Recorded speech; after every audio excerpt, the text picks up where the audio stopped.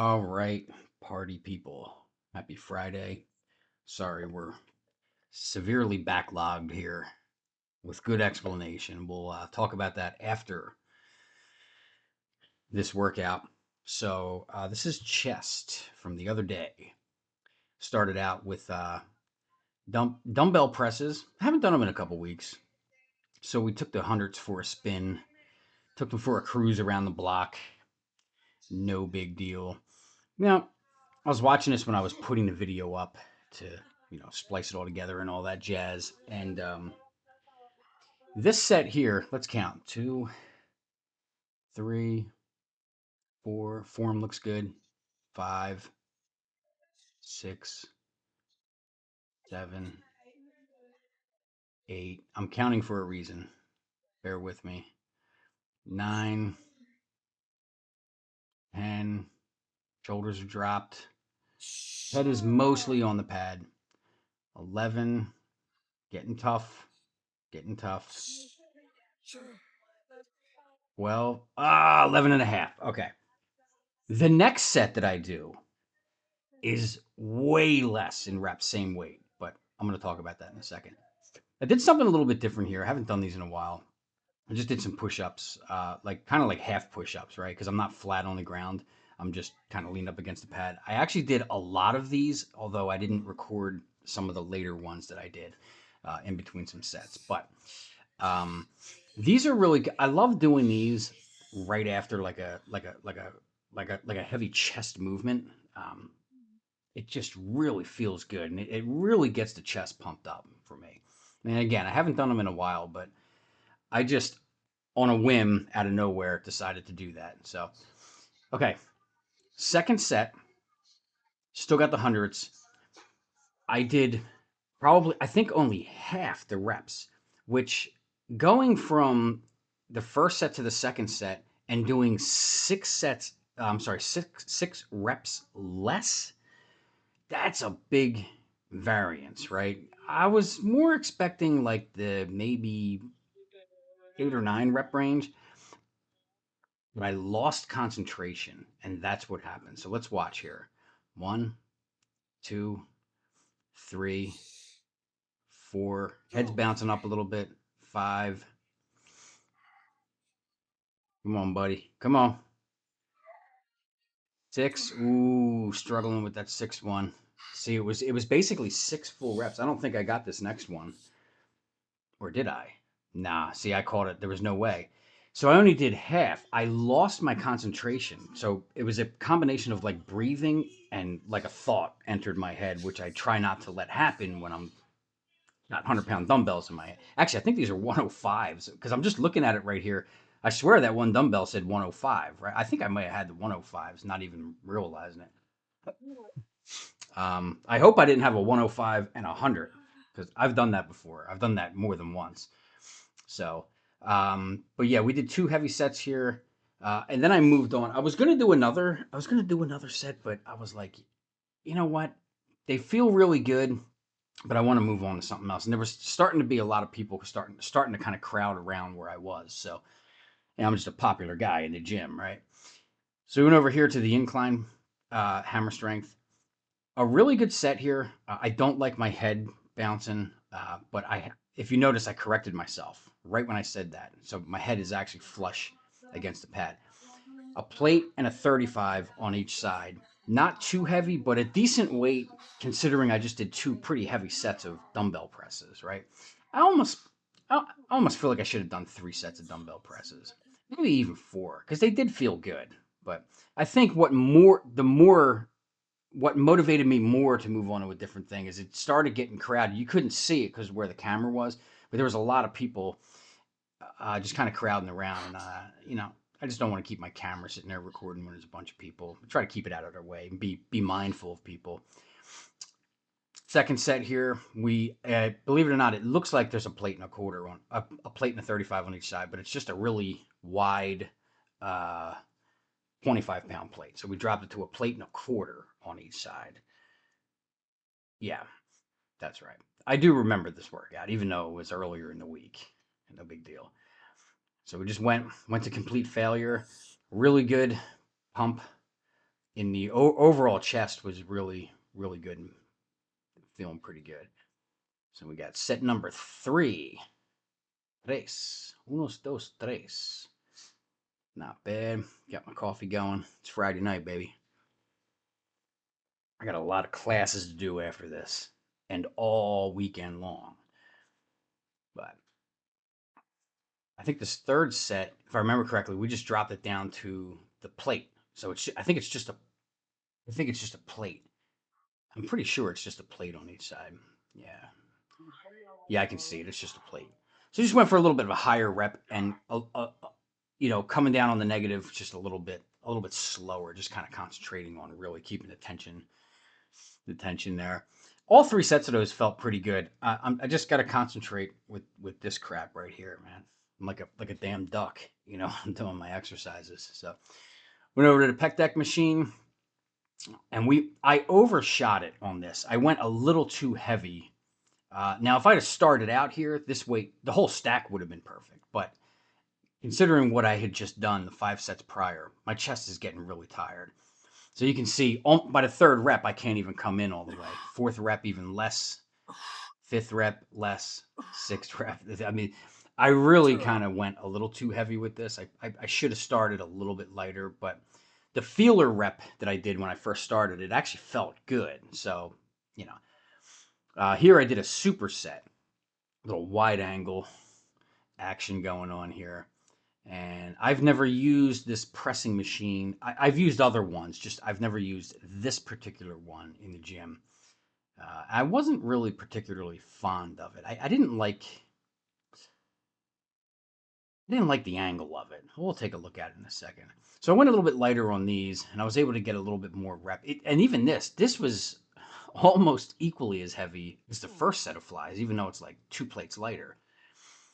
Because I'm getting, the more exercise you do, the weaker your chest, the muscle is going to be, right? I mean, that's just given. So over here, this is actually a really lightweight. I don't know what it was about this. I normally don't have a problem with this type of chest machine, but I just really didn't. I just wasn't feeling this. I was feeling this more in the shoulders more than anything. Um, and I tried adjusting the seat a few different ways on the test set, like the feeler rep. And this position felt the best, but you can even see me. I'm like, eh. So I only did one there. I didn't even bother to go back to that. Now, that's not to say that the next time I jump on it, it doesn't feel really good, because it might, I don't know. But today, I was not a fan of it. So we just jump back over here. This is the final set of the chest workout. And we went extra light, a couple pauses in the first few reps, and then we just started cranking them out. But we definitely went higher rep on this as opposed to lower heavy reps. So not too bad. Not too bad. I mean, overall, it was a good workout. I don't really feel too sore anymore. Maybe really. My legs still feel sore, and that was freaking Monday, and it's Friday. That leg workout was pretty nuts, man. I think I titled it Quadpocalypse. There I am checking the chest, making sure it's all tight. If it's like super rock hard tight, that's good. And, yeah. But let's talk about the workout for just a second.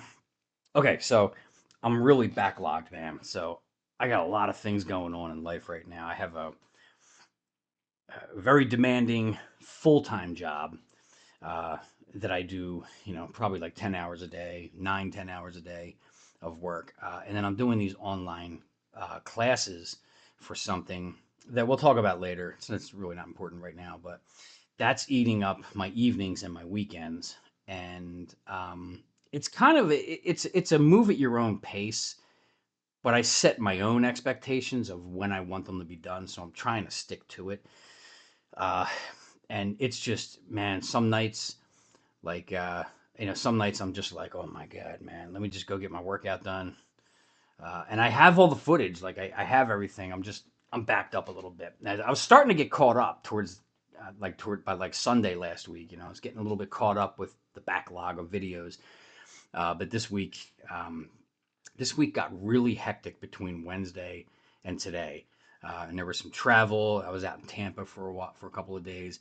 So there's some really long days, and just sitting down in front of the computer and editing these things and doing commentary, it just wasn't happening. But also, um, I think it was, if I remember correctly, it was let's see, legs were Monday, and then I think Wednesday, because I actually, believe it or not, I took Wednesday or Thursday off, um, because my legs were so gosh darn sore. I should have taken the day after legs off. Like, to be honest, like literally going forward, the day after leg day is going to be a rest day because it just takes so much out of you. It's such a big muscle group. It's the whole lower half of your body, right? With the exception of calves. I don't usually train calves on leg day, but um, but I should have done that because I was so tired going into this chest workout. I was tired going into the back workout. Like I was just like, it's kind of really kind of burned out, and it wasn't just from legs. It's just workload, classes, dealing with life issues, all good stuff. But sometimes it's just life gets really busy, and you're just like you just kind of you start running out of gas. You know what I mean? You need to take a little bit of a break, but and that's why rest days they really are important, right? So it is. I truly believe it is important to take your rest days. When to take rest days, I think that's subjective. I think everybody has their own way of taking a rest day. Mine just kind of happened whenever. Like for me, it's more of like a convenience thing. It's like, okay, if I work really late and I'm like really tired, like, and I'm talking like tired when I get home, yeah, I might take a rest day. If I get home at 5:30 and I'm like, wow, that was a long day. Well, I'm not like tired. So I can still go to the gym, right? But I think anybody who watches this, the difference between being like seriously tired, fatigued, like wiped out, and just like a lazy tired, like, oh, it's been a long day. I think I need to rest it. Like, come on, man. So that's all I got to say about that. But I do have, I will catch up this weekend. I still have, so we got chest up. I still have back and shoulders to put up. I haven't done arms yet because I took last night off. So I will do arms, and then tomorrow or Sunday, I'll do legs. I'll probably take another. Yeah, yeah. I don't know. I'm all messed up in my head. That's why I got to drink coffee to stay awake. But overall, this is another thing I want to talk about. Overall, weight is looking good. I'm still 199, and I've been 199 for almost a week now. And there's a reason why I was going very steadily down, steady, and then I stopped over the last, well, let's call it 5 days. I think Sunday I weighed in at 199 and a half. I believe it was Sunday. I put the video up. Um, we've had some imperfections this week, right? So look, nobody's perfect, right? We're all human. It's it's progress, not perfection, right? So I don't think hardly it's really hard to stick to something as regimented as like sticking to like perfection with every meal every day, right? I mean, if I didn't work and I had nothing going on in life and I was training for an Olympia contest, right? Well, that's different because you got a lot of free time on your hands. So you're just all you got to your full-time job is concentrating on eating and freaking lifting, right? And making sure you sleep, stay hydrated, all that stuff. I'm not in that position. I have like overload shit going on right now. So, we there was a couple hiccups this week. I wouldn't necessarily say that they were like major hiccups. I think it's probably not as bad as I make it out to be because for me, like, if I take one day off, I feel like I'm losing all my gains, right? So that's just how it's like body. dysmorphia or whatever they call it, So to a certain degree, but there was a couple of days where we didn't quite reach the 200 grams of protein. Close, but I really like to hit 200. Maybe the quality of the food. There was a couple times traveling, I had to eat out. I could have made a little bit of a better decision on what I ate, even though I did pack a lot of food when I went away, but it wasn't enough. I should have packed more, right? So, there was a couple of little hiccups. We still stayed every day under the 2,000 calorie limit. So it was 2,100 for a while. I dropped it to 2,000, and I may drop it even to 1,800 soon. I don't know when. Maybe this coming week. I don't know. But yeah, there was a couple of imperfections. So I think, that's where the importance of staying consistent is, because I was very consistent for 33, 34 days and consistently dropping weight.